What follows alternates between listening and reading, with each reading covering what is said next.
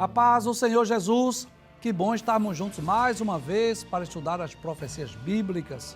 E eu espero que você esteja gostando dessa temporada dos Instantes Finais, onde nós estamos estudando o livro do profeta Daniel, versículo por versículo. Você sabe, o nosso desejo é que você que já é evangélico, que você possa crescer espiritualmente, que você possa ser edificado através do estudo da Bíblia Sagrada. E se você ainda não é cristão, se você ainda não é evangélico, o nosso desejo é que você possa receber Jesus como seu Salvador pessoal.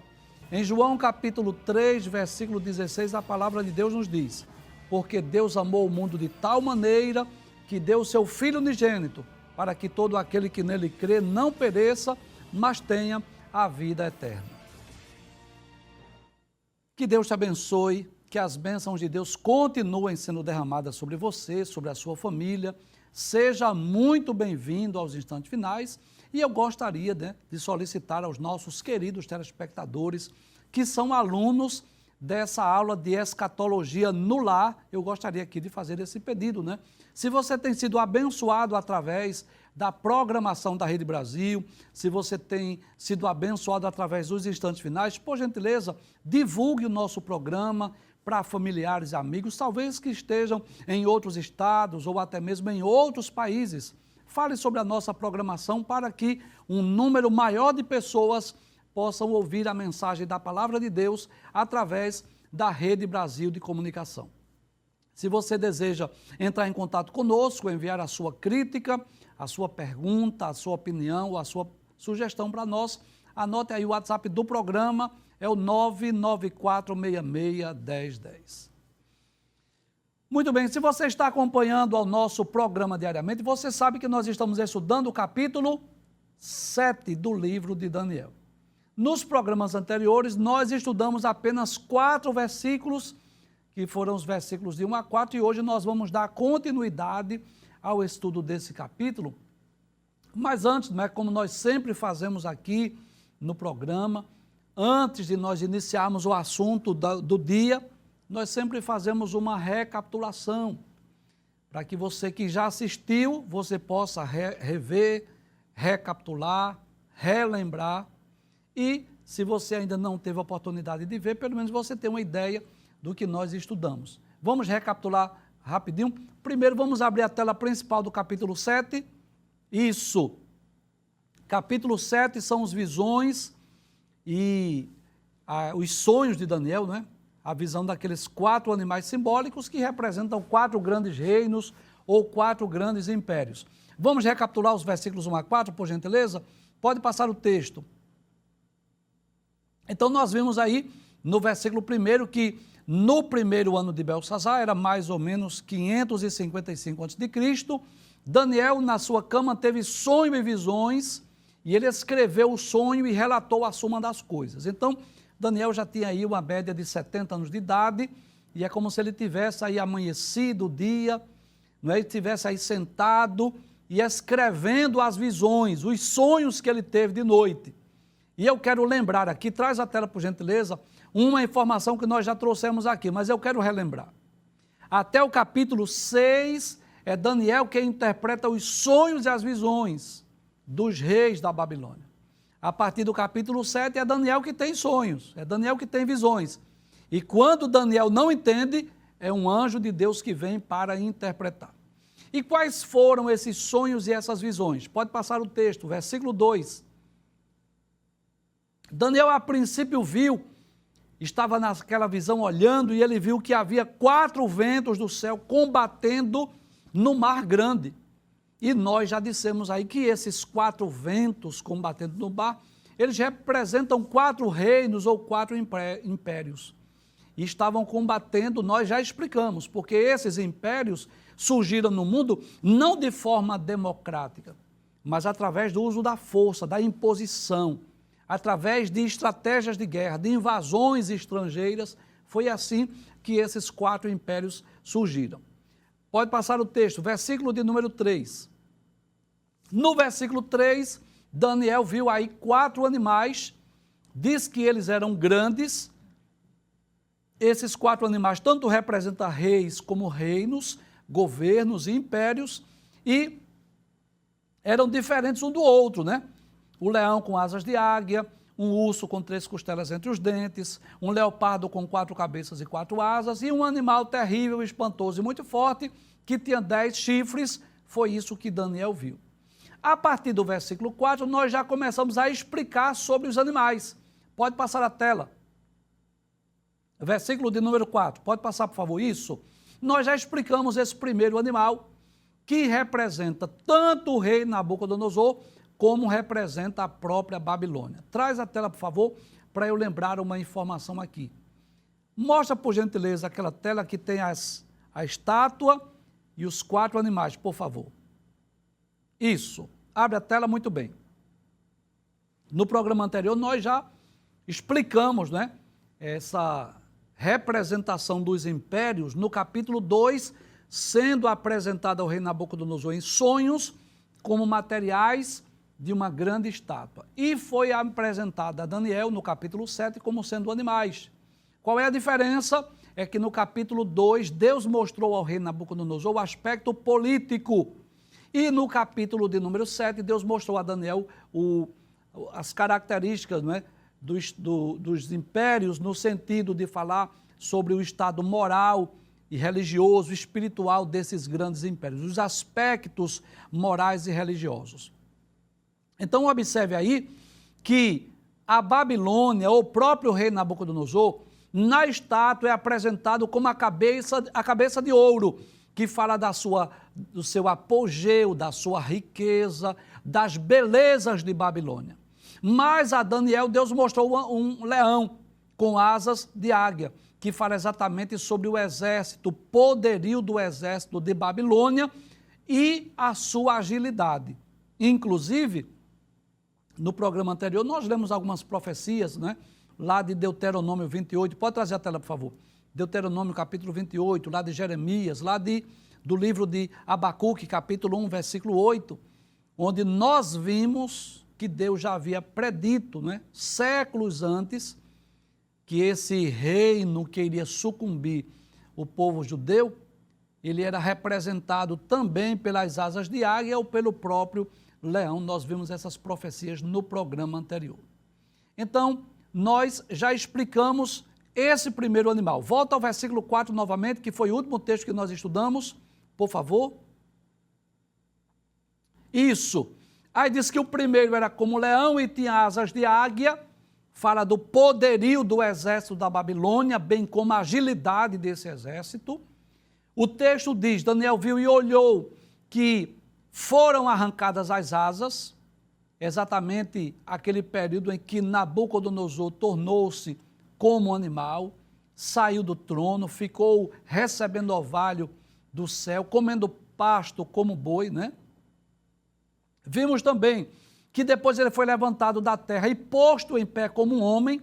Nós já explicamos que isso fala exatamente do seu reestabelecimento, quando ele voltou a ser rei novamente, e nós dissemos também que quando foi mudado o coração e dado um coração de homem, fala das mudanças e das transformações que ocorreram na vida do rei Nabucodonosor.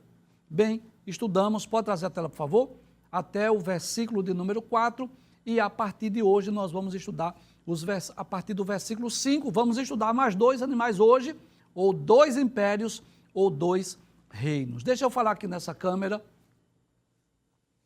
Por se tratar de um texto profético e um texto complexo, você vai perceber isso. Que a partir de agora, a partir do capítulo de número 7, já estamos na parte profética do livro. E por isso nós estamos procurando fazer isso de forma lenta, compassada. Porque quando nós estudamos a parte histórica, nós percebemos isso, que eram textos mais simples, mais fáceis de serem compreendidos. Essa parte profética é mais complexa, é mais difícil. Então estamos procurando fazer isso de uma forma lenta, compassada, apresentando as imagens, né? Ilustrando, trazendo aqui, na medida do possível, gráficos, para que você possa melhor compreender o assunto. E eu torno a dizer, mais uma vez, que é muito importante que você faça da sua casa a sua sala de aula. Que você esteja aí com a sua Bíblia, com o seu caderno de anotações, Se você tiver dúvida, manda para nós, manda uma mensagem aí através do WhatsApp, nós teremos o maior prazer de responder a sua pergunta, de tirar a sua dúvida. Agora é importante também que você faça, né, as suas anotações, anote os textos bíblicos, se for possível, tire foto aí, fotografe também essas imagens, porque eu creio sim que isso vai lhe ajudar muito para que você possa ter uma compreensão melhor do texto. Então vamos agora para o versículo de número 5, pode passar a tela por gentileza. Agora aparece já o segundo animal, não é? Aí o texto diz, continuei olhando, quem estava olhando? Daniel. Ele diz, e eis aqui o segundo animal semelhante a um urso. Então, traz a tela por gentileza, depois a gente dá continuidade ao texto. Esse animal semelhante ao urso representa o Império Medo-Persa. Traz novamente, por gentileza, aquela imagem da estátua e dos animais. Por gentileza, para nós mostrarmos aqui. Isso, obrigado. Deixa eu aparecer aqui, por favor. Então, observe que na estátua o Império Medo-Persa é representado aqui pelo peito e os braços de prata e no sonho e nas visões de Daniel, o Império Medo-Persa é apresentado por esse urso que tem 3 costelas entre os dentes. E eu posso dizer isso, após a destruição do Império Babilônico, né, surgiu uma nova superpotência lá no Médio Oriente, resultante da união de 2 povos. E quais eram os povos? Os medos e os persas, né, que se transformou rapidamente em um vastíssimo reino. No tempo de Assuero, por exemplo, se você ler no capítulo 1, versículo 1 do livro de Esté, você vai perceber isso. A Pérsia dominava sobre 127 províncias. E embora o urso, nessa representação dos animais aqui, você vai perceber isso, embora o urso seja inferior ao leão, porque o leão é o rei dos animais, mas ele pode atingir maior peso e maior altura. O urso também é caracterizado pela sua ferocidade e pela sua astúcia. E assim como o urso aparece depois do leão, nas visões de Daniel, os medos e os persas surgiram no cenário mundial depois da Babilônia. Foi na noite do dia 13 de outubro de 539 a.C. que a cidade de Babilônia caiu diante do exército dos medos e dos persas, liderado por Ciro. É importante nós observarmos que quando o profeta Daniel interpretou o sonho do rei Nabucodonosor, ele não revelou o nome dos impérios que iriam suceder à Babilônia. É interessante nós observarmos isso. Daniel apenas disse ao rei Nabucodonosor assim, olha, tu és a cabeça de ouro e depois de ti se levantará outro reino, depois outro reino, depois outro reino, depois outro reino e depois outro reino. Então Daniel não chegou a dizer os nomes dos reinos, mas disse que viriam outros reinos. E é importante nós observarmos isso. Que Daniel chegou a ver ao menos o início desse novo reino que sucedeu à Babilônia. Porque a palavra de Deus nos diz lá em Daniel capítulo 6, o versículo de número 28. Este Daniel, pois, prosperou no reinado de Dario e no reinado de Ciro Persa. Então, nós vamos perceber isso, que Daniel, no capítulo 2, ele interpreta o sonho do rei Nabucodonosor. Ele deixa bem claro que depois da Babilônia iria surgir outro reino. No capítulo de número 7, Daniel tem essa visão, Daniel tem esse sonho dos 4 animais, é muito interessante isso aí. E ele percebe isso, que depois do leão surge um urso. E Daniel chegou a presenciar isso. Nós podemos perceber isso, que Daniel presenciou essa mudança desses 2 impérios. Deixa eu falar aqui nessa câmera. Você deve lembrar isso, que no capítulo de número 5, que nós estudamos algumas semanas passadas, que foi exatamente aquele período em que o rei Belsazar estava tomando vinho nos cálices que haviam sido trazidos lá do templo de Jerusalém, que estava na casa do Deus de Babilônia, e Belsazar mandou buscar os utensílios do templo, começou bebendo vinho, lembra disso? que ele viu uma sentença escrita na parede, e Daniel, ele interpretou a sentença. Daniel foi lá e interpretou, Mene, Mene, Tekel, Parsim. Nós já explicamos isso em programas anteriores. Foi contado o teu reino, você foi pesado na balança e foi achado em falta, e foi dividido o reino e dado aos medos e os persas. Daniel disse ao rei Belsazar, naquela mesma noite, o rei Belsazar foi morto. E Daniel ocupou um lugar de destaque, tanto no reinado de Dario como no reinado de Ciro. Então Daniel viu o cumprimento dessa profecia. Isso é muito interessante. Muitas profecias de Daniel, ele não chegou a ver. Daniel não chegou a ver o Império Grego, Daniel não chegou a ver o Império Romano, Daniel não viu, claro, o governo do anticristo que vai surgir no futuro, mas, ao menos, o reinado de Babilônia e essa passagem do reino de Babilônia para os medos e os persas, Daniel participou, ele foi uma testemunha ocular. Outro fato interessante que podemos observar é que a estátua do sonho de Nabucodonosor tinha 2 braços, lembra disso? 2 braços, que representam exatamente 2 reinos. E essa profecia do capítulo 7 diz que o urso se levantou de um dos seus lados. Veja o que diz o texto. Volta o texto mais uma vez, Daniel, capítulo de número 7, versículo de número 5. Versículo 5, pode passar, abre a tela. Aí diz assim: continuei olhando, e eis aqui o segundo animal, semelhante a um urso, o qual se levantou de um lado. Então significa dizer que um lado, pode trazer a tela por favor, era mais forte do que o outro, ou seja, os persas eram mais fortes e mais poderosos do que os medos. E anos depois, o que foi que aconteceu? Os persas prevaleceram sobre os medos. Voltemos ao texto mais uma vez.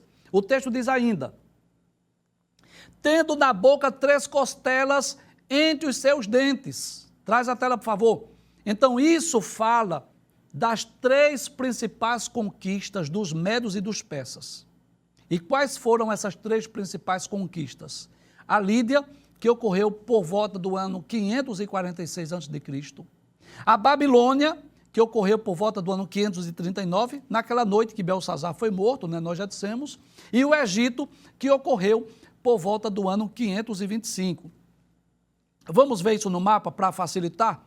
Não esqueça disso, essas 3 costelas, você percebe aí, abre a tela por favor, do urso, isso, essas 3 costelas falam exatamente das principais conquistas dos medos e dos persas. Eu gostaria de mostrar no mapa agora, onde está a Média, a Pérsia e as 3 principais conquistas. Mostra esse mapa, por gentileza.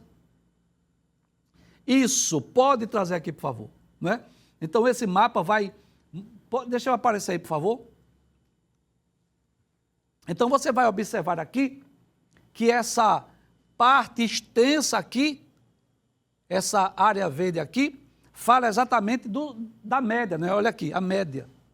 Essa parte aqui fala exatamente da Pérsia. Então, esses 2 povos se uniram para vencer, para sucumbir à Babilônia. Que coisa interessante. Os persas, em termos de região, era muito inferior à Média. Veja a extensão da Média, tudo isso aqui.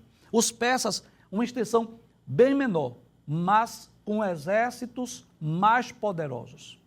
Então, Dario era medo e Ciro era persa. Então, o que aconteceu? Esses 2 impérios, eles sucumbiram e venceram. Essas 3 costelas representam exatamente a Lídia, representa o Egito e representa a Babilônia. Olha aqui as 3 conquistas. Lídia, Egito e Babilônia. Significa dizer, então, que essa extensão aqui, desse grande e poderoso império, os medos e os persas, começaram a se expandir por toda essa região. Então, essa região aqui da Babilônia, da Lídia e do Egito, que tornou-se aí num império ainda maior do que o Império Babilônico. Veja que coisa interessante. Em termos de grandeza, de riqueza, de apogeu, de glória, a Babilônia foi superior. Os jardins suspensos, os templos, as avenidas, os muros de Babilônia, né? Então, por isso que no sonho de Nabucodonosor, capítulo 2, a Babilônia é apresentada com uma cabeça de ouro e depois o segundo reino é inferior, é de prata, o peito e os braços de prata. Então, os medos e os persas, em termos de riqueza, de apogeu, foi inferior à Babilônia, mas em termos de extensão e de tempo foi muito superior. Volta ao texto mais uma vez, vamos voltar ao versículo de número 5. Abre a tela, por gentileza. Voltemos ao texto, diz assim: e foi-lhe dito assim, levanta-te, devora muita carne. Então, isso aponta para a crueldade do exército medo-persa. A história nos diz que eles eram sanguinários. Eles massacravam sem piedade aos povos que não queriam se submeter a eles. Aqueles povos que resistiam qualquer resistência, eles devoravam, destruíam. Nós já dissemos aqui que esses impérios não surgiram de forma democrática. Não. Eles surgiram exatamente fazendo uso da força, da violência, através das invasões estrangeiras, através dos seus exércitos. E aí, os medos e os persas também foram caracterizados exatamente por essa crueldade, por essa ferocidade, pela valentia dos seus soldados e dos seus exércitos. Por isso o texto diz, levanta-te e devora muita carne. Abre o texto mais uma vez para nós relermos, aí, só recapitulando, versículo 5. Aí diz a palavra de Deus, continuei olhando e eis aqui o segundo animal, semelhante a um urso, o qual se levantou de um lado. Por que se levantou de um lado? Porque Ciro prevaleceu contra Dario, ou os persas prevaleceram contra os medos. Tendo na boca 3 costelas, ou entre os seus dentes, fala das 3 conquistas, Lídia, Egito e Babilônia, como nós já mostramos no mapa. E quando diz que foi-lhe dito assim, levanta-te e devora muita carne, já apontava exatamente para a ferocidade e para a crueldade desse grande e poderoso exército dos medos e dos persas. Voltemos ao texto, versículo de número 6. Agora vamos estudar outro animal, um animal estranho, com 4 cabeças e com 4 asas. Está no versículo de número 6. Pode abrir a tela, muito bem. Diz assim, depois disto, eu continuei olhando e eis aqui outro semelhante a um leopardo. Pode trazer a tela, por favor. Então, este terceiro animal, do sonho de Daniel, representa exatamente o Império Grego. Pode passar o texto, por gentileza. Depois disto, eu continuei olhando e eis aqui outro semelhante a um leopardo. Pode trazer a tela, por favor. Então, esse terceiro animal do sonho de Daniel representa o Império Grego e representa também o domínio de Alexandre o Grande.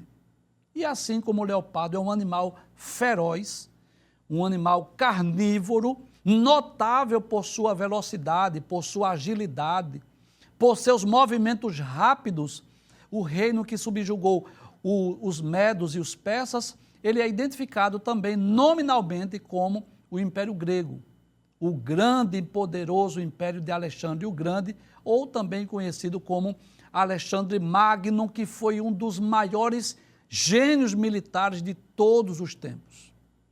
Mas observe que o profeta Daniel disse que esse leopardo tinha 4 asas e 4 cabeças. Então, essas asas de aves nas suas costas, né? Volta o texto mais uma vez, para nós confirmarmos. Aí diz assim, eis aqui outro semelhante ao leopardo, e tinha 4 asas de ave nas suas costas. Que coisa interessante.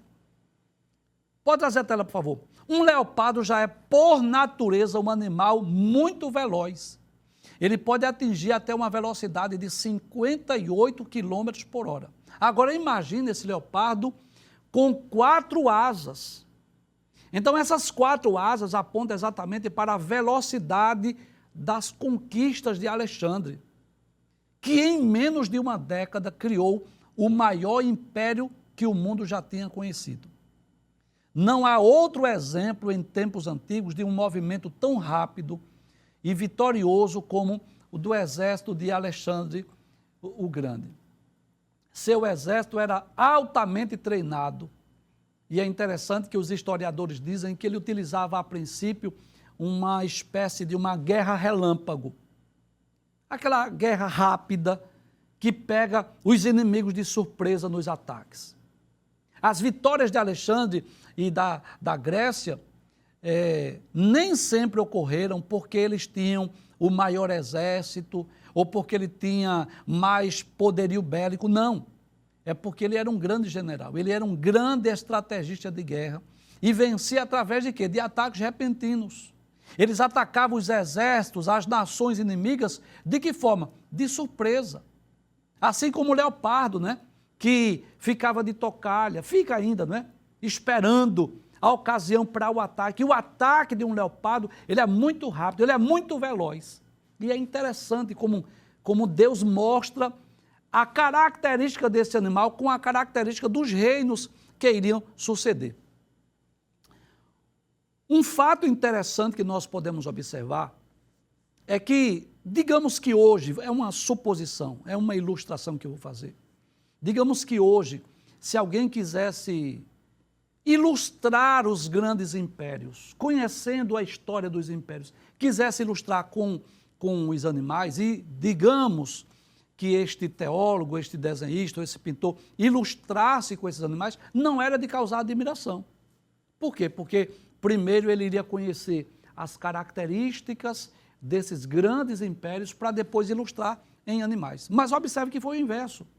É Deus que mostra a Daniel, em forma de animais, como seriam aqueles grandes impérios. E por isso Deus mostra, né? Então Daniel não sabia disso, mas o Deus de Daniel já sabia que Alexandre o Grande iria surgir no cenário mundial, que iria se destacar pela sua bravura, pela sua valentia, pelo desejo de conquistar o mundo, que iria se destacar como um grande general, que suas estratégias de guerra fariam com que, mesmo ele tendo o menor número de soldados, e mesmo ele tendo um exército com menos poderio bélico, mas ele seria capaz de vencer exércitos maiores por conta das suas estratégias e por conta da sua agilidade. É por essa razão que esse leopardo, que representa tanto o próprio Alexandre o Grande como o Império Grego, ele é apresentado aí com 4 asas, porque fala exatamente dessa agilidade ou dessa velocidade desse grande e poderoso exército de Alexandre. A história nos diz que Alexandre herdou o trono da Macedônia e depois de ter restabelecido a ordem em seu próprio reino, ele desejou conquistar o Império Persa, que era uma ambição herdada de seu pai. Em 334 a.C., Alexandre entrou no território persa com 35 mil homens. Veja que coisa interessante. Ele tinha 35 mil homens. Com uma fúria sobre-humana, ele derrotou Dario, que possuía uma guarnição de mais de 800 mil homens. Então você veja, é como nós dissemos. Ele não tinha um exército maior, ele só tinha 35 mil, mas ele venceu o exército de Ciro, que tinha 800 mil homens. E a história diz ainda que em 331 a.C., ele fundou a cidade de Alexandria. É bom lembrarmos isso, que as fabulosas riquezas do maior império mundial estavam à disposição do jovem rei. Sabe com quantos anos? Apenas 25 anos de idade. Mas veja um detalhe. O leopardo visto no sonho, nas visões de Daniel, ele não só tinha 4 asas, ele tinha também 4 cabeças. Volta ao texto, por gentileza. Observe o que é que o texto diz. Isso. Aí diz assim, tinha também esse animal 4 cabeças. Pode trazer a tela. Por que 4 cabeças? 4 asas, agilidade, tudo bem. E as 4 cabeças? Isso apontava para o fim do Império Grego. E a história nos mostra isso. Alexandre morreu ainda muito jovem. Sabe com quantos anos ele morreu? 33 anos de idade. E ele não deixou uma sucessão no seu trono, não deixou uma sucessão no seu reino. E aquele grande, poderoso império de Alexandre foi dividido para 4 reinos independentes, ou 4 generais. Nós vamos mostrar isso no mapa. Mas Ptolomeu ficou responsável pelo Egito, Palestina, parte da Síria. Cassandro dominou a Macedônia, Lisímaco dominou grande parte da Ásia Menor e Seleuco ficou com a maior parte, que tinha sido o Império Persa, que era parte da Ásia Menor. O norte também da Síria e também a Mesopotâmia. Vamos ver no mapa como foi dividido esse grande território de Alexandre o Grande. Primeiro eu gostaria de mostrar isso, muito bem. Não sei se dá para você perceber aí, mas primeiro nós vamos mostrar a extensão do Império Babilônico, né? Então está aí a extensão territorial dos 3 impérios que nós vamos estudar. O Império Babilônico, que nós já estudamos, depois o Império Persa e depois o Império Grego. Então, nós vamos perceber aqui pelas cores, que vai ficar mais fácil, vamos estudar primeiro o Império Babilônico, que é essa região aqui, olha, dessa cor aqui avermelhada. Aqui está a extensão do Império Babilônico, ok? Aqui está a Babilônia. Aqui está a extensão do Império Babilônico, que dominou também, claro, sobre o Oriente Médio, ali onde está também Jerusalém. Depois nós vamos perceber aqui a extensão do Império Persa, que essa cor aqui é lilás. Então observe que o Império Persa ele foi mais abrangente. Percebeu? Dá para perceber? Muito bem. Pode trazer a tela. Ele é mais abrangente, olha, o Império Persa, por onde ele dominou. E finalmente nós vamos perceber o Império Grego, que é essa cor aqui alaranjada. Então você veja a extensão desse grande Império Grego, que dominou também pela Macedônia, olha, tá vendo? Toda essa região aqui do Egito, olha, que foi dominada pelos gregos. Então aí está a extensão desses grandes impérios. Então nós vamos perceber aí que depois da morte de Alexandre, que ele só tinha 33, como ele não deixou um sucessor no reino, esse grande império, esse grande reino grego, ele foi dividido para 4 de seus generais. Pode mostrar aí, por favor, dão a tela que tem os 4 generais, por gentileza. A divisão do Império Grego para 4 generais, por favor. Isso, muito bem. Pode trazer a tela, por gentileza.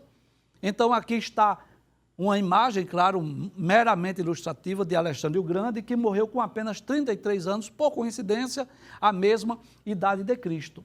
Aqui está a grandeza, a imensidão do Império Grego e a divisão para 4 de seus generais. O general Cassandro ficou aqui com a região da Grécia, o general Ptolomeu ficou com essa área do Egito e também com a Palestina.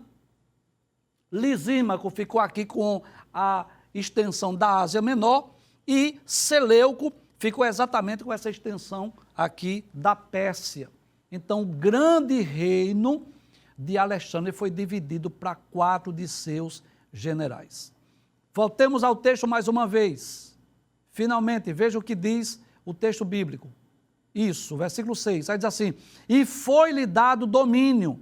Pode trazer a tela, por favor. Então isso fala da grandeza e da importância do Império Grego. Ninguém pode negar isso, que uma das maiores realizações de Alexandre Magno foi a difusão da cultura grega, que facilitou depois até a propagação do Evangelho. Por exemplo, o apóstolo Paulo, nas suas viagens missionárias, ele não teve dificuldade de se comunicar com os gentios. Por quê? Por causa da difusão da língua grega, principalmente o grego koiné, que era uma espécie de uma língua popular. Então, isso facilitou a propagação do Evangelho. Inclusive, você sabe disso, que os livros do Novo Testamento foram escritos em grego. Por quê? Porque era uma espécie de uma língua universal. Mas nós não herdamos dos gregos apenas esse idioma que veio facilitar a mensagem do Evangelho. Não. Também herdamos a democracia, a concepção clássica das artes e principalmente a filosofia. Foi da Grécia que surgiram grandes gênios, como Pitágoras, Sócrates, Platão, Aristóteles e muitos outros. Mas assim como nos demais reinos e impérios que esse mundo já conheceu, que tiveram seu início, o seu apogeu e o seu fim, com o Império Grego não foi diferente. Aquele grande e poderoso império, como vimos, também chegou ao fim. A princípio foi dividido para 4 generais e anos depois, em seu lugar, levantou-se outro império, que foi o Império Romano, que nós vamos explicar no próximo programa, que foi revelado lá nas visões de Daniel como aquele animal terrível, espantoso e muito forte, né? Então é bom lembrar isso, que a história desses grandes e poderosos impérios podem ser comprovados não apenas pela Bíblia, mas também nós podemos comprovar na história secular, nós podemos provar também na geografia, nós podemos provar também na arqueologia. E isso nos mostra a veracidade da Bíblia. A Bíblia não é um livro lendário, cheio de histórias que ninguém sabe de onde veio, como surgiu. Não. A Bíblia é um livro que nós podemos comprovar isso historicamente. Os povos, os reinos, as nações que são mencionadas na Bíblia podem ser encontrados também no livro de História Geral. A Bíblia pode ser comprovada geograficamente. Os países, os montes, os rios, os mares, os vales, enfim, que são mencionados na Bíblia, pode ser comprovado também geograficamente. A Bíblia pode ser comprovada cientificamente, quando a Bíblia e a ciência estão devidamente interpretados, se harmonizam. Se está havendo conflito entre Bíblia e ciência, das duas uma, ou a Bíblia ou a ciência está sendo mal interpretada. E, finalmente, a Bíblia pode ser comprovada também arqueologicamente. A arqueologia é uma ciência que está a serviço de Deus. E, diariamente, eu posso dizer assim, têm sido feitas descobertas arqueológicas que comprovam que os povos mencionados na Bíblia, realmente eles existiram. Então, quando Daniel teve esses sonhos, quando Daniel teve essas visões, Daniel estava falando dos reinos que surgiriam no futuro, né? Então, mais ou menos 2 séculos depois da Babilônia, surge o Império Grego. Mas nós podemos olhar para trás e poder comprovar isso, que o sonho que foi dado por Deus ao rei Nabucodonosor daquela grande estátua, bem como as visões que foram dadas a Daniel no capítulo 7 dos grandes impérios, bem como a história prova que esses impérios aconteceram, nós podemos encaixar perfeitamente como se fossem as peças de um quebra-cabeça. Sem dúvida, isso é uma comprovação, uma confirmação que a Bíblia é verdadeiramente a inerrante e infalível palavra de Deus.